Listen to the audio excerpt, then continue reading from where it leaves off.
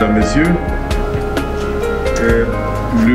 l'exercice devient périlleux parce que le directeur général du budget a bien posé le problème qui a justifié que nous rencontrions ce matin. Je n'aurai donc pas à revenir sur ces questions-là et qui ont fait l'objet d'une note qui vous a été distribuée. Et j'espère que vous avez eu le temps de lire cette note qui donne un peu le ton et les orientations qu'on voudrait donner au budget de la République cette année. Les problèmes de la République sont connus.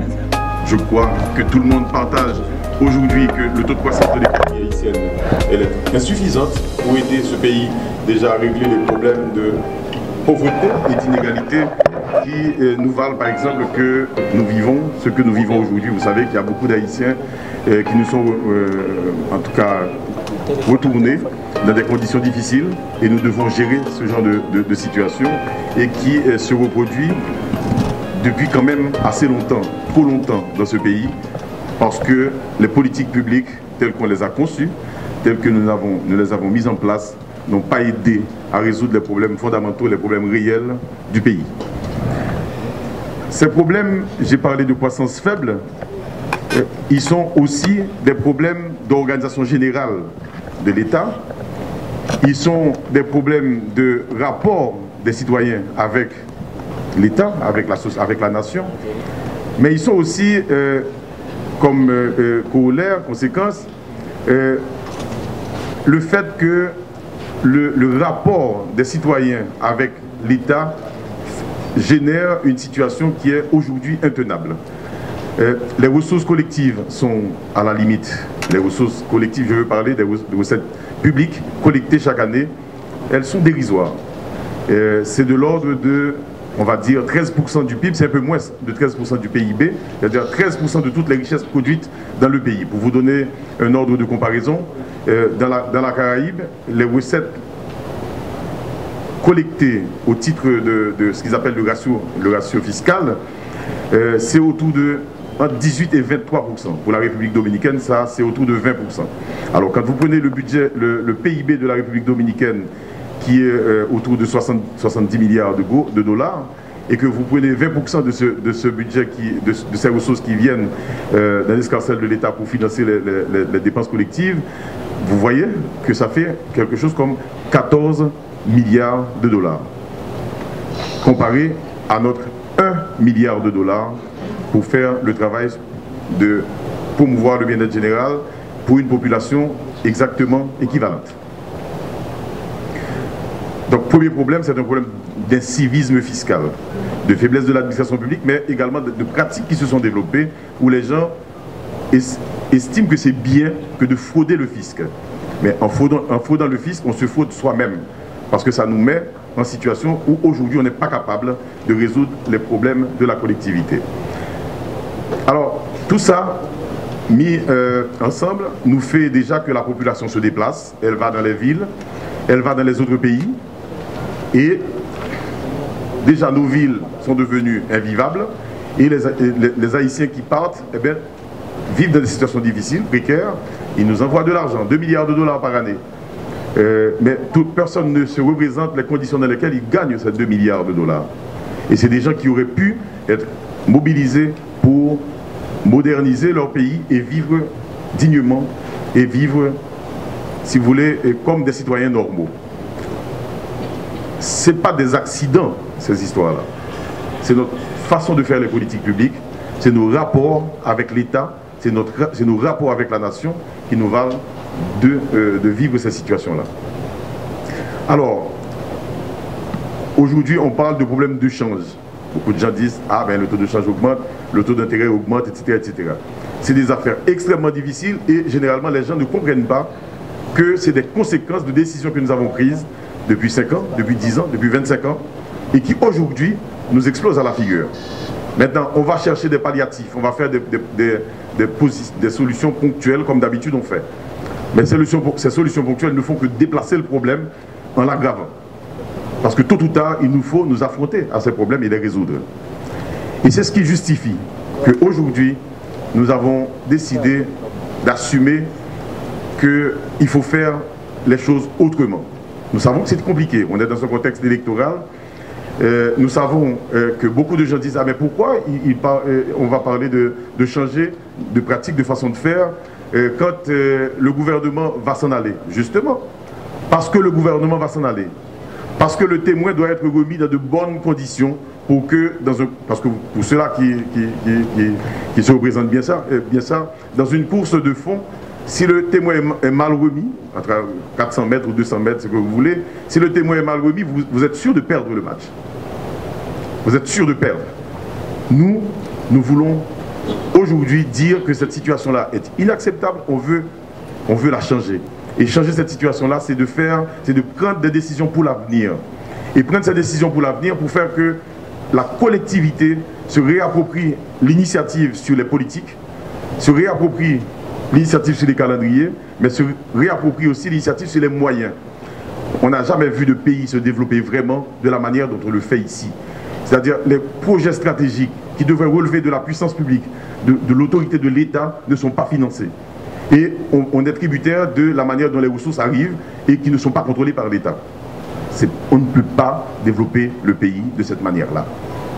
Donc nous, on décide que désormais, et c'est je dois reconnaître que nous avons été dans un contexte relativement, comment dire, intéressant, parce que quand même, on a un gouvernement qui, malgré l'urgence, malgré la pression, le contexte électoral, tous les membres du gouvernement sont d'accord et se sont mis ensemble pour dire qu'il nous faut changer ces pratiques dont nous avons hérité et qui nous valent de vivre ces situations qui sont indignes et des fois qui nous valent de dire mais est-ce que c'est nous qui sommes les héritiers de 1804? Vous savez, je suis convaincu que le pays haïtien est riche. Et les gens qui réfléchissent, qui prennent le temps de regarder, les étrangers qui nous viennent, qui écrivent des rapports, savent que ce pays, c'est un pays riche. Nous n'avons pas réussi à faire vivre décemment le pays parce que nous ne savons pas nous organiser. Et avec les facilités que nous avons obtenues dans le cadre du travail de ce gouvernement, le Premier ministre qui a appuyé, hier soir encore, il ne savait même pas qu'il allait intervenir ce matin. On en a parlé en Conseil des ministres, il a reçu la lettre, peut-être qu'il n'avait pas, la lettre a été expédiée, peut-être qu'il ne l'avait pas vue, mais il s'est engagé et est venu justement pour apporter tout son soutien à cette initiative. Le ministre de la Planification, vous le connaissez, pour moi c'est un vieux bonus, c'est un monsieur qui a engagé un ensemble de réformes et qui est d'accord sur un ensemble de choses que nous devons changer dans nos pratiques, dans nos manières de gérer l'administration et qui, lui, est là. Le ministre de l'Agriculture est là, le ministre des Haïtiens vivant à l'étranger est là, le ministre de l'Intérieur est là, le ministre de la Communication est là. J'ai oublié de saluer les sénateurs qui sont là. Le sénateur Privert, je lui ai parlé au téléphone, au hasard, et il m'a dit, lui, il va venir. Le président du Sénat est là. Et on a vu que les grandes instances de l'État sont là, parce que je crois que tout le monde a compris aujourd'hui qu'on peut faire les choses autrement, et que nous pouvons faire autre chose de ce pays. Et c'est dans ce cadre que le projet de budget sur lequel on travaille et que nous allons proposer à la nation, c'est ambitieux. On essaie de mobiliser tout ce qu'il y a de compétences, d'énergie positive pour faire une proposition de budget à la nation qui fasse sens, qui revient un peu sur le terrain du budget 2013-2014 qui a été dénoncé par beaucoup. Dieu seul sait si on avait accepté de faire ce qu'on avait proposé, où on en serait. Mais bon, on n'est pas là. Mais on va continuer à travailler dans ce sens. Nous allons essayer de faire les choses comme tout le monde le comprendra. Nous avons un budget, si vous voulez, qui n'est pas, ça a été dit par le directeur général, ce budget, on a le sentiment que ça n'a pas d'objectif. On a des ambitions de croissance économique, mais on ne voit pas les moyens, on ne voit pas les capacités de suivi construites, on ne voit pas les indicateurs, on ne voit pas comment on va obtenir la croissance. Donc la croissance va arriver par hasard, n'est-ce pas? Et on ne voit pas le secteur sur lequel on porte l'effort pour faire que cette croissance se réalise. on a besoin de rendre le budget intelligent. On a besoin que la société s'approprie ce budget. On a besoin que le budget serve de catalyseur pour valoriser les actifs des citoyens partout où ils sont, pour éviter qu'ils ne soient obligés de se déplacer pour vivre dans les villes, dans des conditions qui ne sont pas acceptables, ou alors vivre dans des pays étrangers pour vivre comme des numéros. On a besoin de redonner sa dignité aux citoyens haïtiens. Et c'est dans ce cadre que nous avons fait des tests depuis 2 mois et demi au niveau du ministère. Nous avons consulté tous les cadres. Nous avons fait ça aussi avec, au hasard des conversations, et même il me semble qu'ils ont fait ces tests au niveau des réseaux sociaux aussi, pour voir si on devrait chercher une locomotive dans l'économie haïtienne, ce serait quoi? Moi, je revendiquais l'éducation. On a soumis, tout le monde, chacun avait son idée, et on a passé la chose au crible. Le ministère a choisi l'agriculture, et dans les tests qu'ils ont fait dans la société, les gens ont choisi l'agriculture. Je voudrais que chacun comprenne que quand on dit que l'agriculture c'est un secteur locomotive, cela ne dit pas que c'est à l'agriculture qui va revenir de porter seule la responsabilité de la dynamisation de la croissance économique, de la création d'emplois et de la réduction de la dépendance du pays. C'est pas à l'agriculture seule que ça va être... c'est pas la fonction du ministère de l'Agriculture, mais on a besoin de savoir, dans les circonstances qui sont les nôtres, où sont les leviers qui peuvent avoir l'impact le plus important dans le contexte actuel. Et la démonstration a été faite, la note qui vous est distribuée l'explicite, je crois, que l'agriculture a un ensemble de fonctions et j'allais dire, d'impact, d'effets d'emploi très vite. L'agriculture est capable donc d'aider à régler les questions de pauvreté et de famine. C'est un premier problème social auquel on peut s'adresser et qui peut être traité de manière définitive si on prend le pari de l'agriculture. Ensuite, l'agriculture permet de régler les questions d'inégalité, d'aménagement du territoire. Parce que pour développer l'agriculture, il faut des infrastructures, sortir de la logique d'un paysan avec une serpette.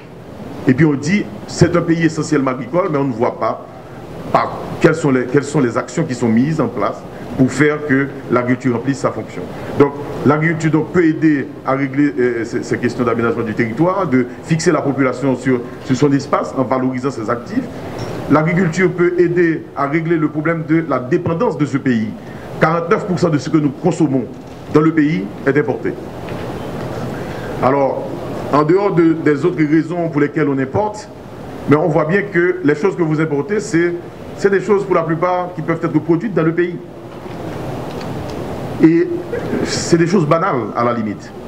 Mais ça prend quoi? Ça prend un peu d'eau, ça prend un peu de technologie, ça prend un savoir-faire, une bonne volonté. À la limite, quand on compare ce que ça coûterait par rapport aux autres types d'investissements, c'est presque de l'ordre du dérisoire. Mais on ne le fait pas. D'accord? Donc, l'agriculture, en la développant, nous aide à régler le problème, pas complètement, mais ça va aider à régler le problème aujourd'hui de l'instabilité du change, ou bien de ce change que nous n'arrivons pas à maîtriser. Parce que les importations que nous avons, elles surdéterminent nos capacités de générer des devises. Parce que vous avez 4,7 milliards d'importations, vous avez grosso modo en comptant exportation pour 1,3, 1,4 milliards, vous comptez les transferts de la diaspora à 2 milliards, et aujourd'hui les aides, projets et budgets à tout casser ne dépassent pas 500 millions. En réalité, il y a 70 millions qui vont venir dans les caisses de l'État, le reste c'est des aides projets. Donc quand vous avez tout ça mis bout à bout, vous voyez bien que ce n'est pas possible de stabiliser le change, parce que si on ne prend pas les mesures qui conviennent, on ne pourra pas stabiliser le change sur le long terme, vraiment. Donc on peut faire des actions ponctuelles. Aujourd'hui, oui, on stabilise le change, mais à quel coût? À quel coût financier et à quel coût social? D'accord? Donc il nous faut prendre nos responsabilités, et c'est pour ça que ce budget va justement travailler sur une manière de réorganiser l'action publique, pour que justement on puisse avoir de la croissance, on puisse avoir un effet sur les exportations de ce pays, on puisse avoir un effet sur la réorganisation du territoire, et sur la valorisation du territoire, on puisse avoir un effet sur, comment dire, la fixation des citoyens dans leur pays. Les ateliers vont s'organiser autour de thématiques, pas autour de secteurs. Et vous avez bien vu, là, il y a eu donc 4 thématiques qui ont été retenues et qui vont faire que les ministères se retrouvent pour dire, par exemple, quand on parle d'éducation, si on décide que le secteur agricole, c'est un secteur que nous voulons pousser, quelles sont les actions éducatives que nous devons avoir pour faire que le citoyen haïtien ait les capacités de devenir un entrepreneur agricole? Quelles sont les actions que nous devons avoir pour faire que les mécanismes de financement soient adaptés aux besoins du secteur agricole? Quelles sont les actions que nous devons avoir pour que, en matière d'infrastructure, on fasse des actions cohérentes? Donc, les maîtres mots ici, c'est recherche de synergie, c'est cohérence pour faire cette convergence dont on a parlé, de faire d'Haïti un pays émergent à l'horizon 2030. Vous voyez que c'est ambitieux. Le délai sur lequel il faut réaliser ce budget est court. On a en tout cas c'est un mois et demi pour le terminer. C'est vrai qu'au niveau du ministère, on a déjà beaucoup travaillé, mais maintenant on est en train d'agglomérer les initiatives des uns et des autres pour faire un budget qui fasse sens, pour faire un budget qui réponde vraiment aux besoins de la collectivité. Donc j'espère que vous allez participer avec autant d'enthousiasme et d'énergie que j'ai vu à votre arrivée ce matin. Ce matin, on ne va pas parler de chiffres, on ne va pas parler d'allocation budgétaire. On va parler de réorientation du budget. Et j'espère donc que la contribution de chacun va permettre que nous ayons des outils en main pour proposer à la nation quelque chose qui nous permette d'envisager l'avenir de manière plus sereine et de manière plus digne. Je vous remercie.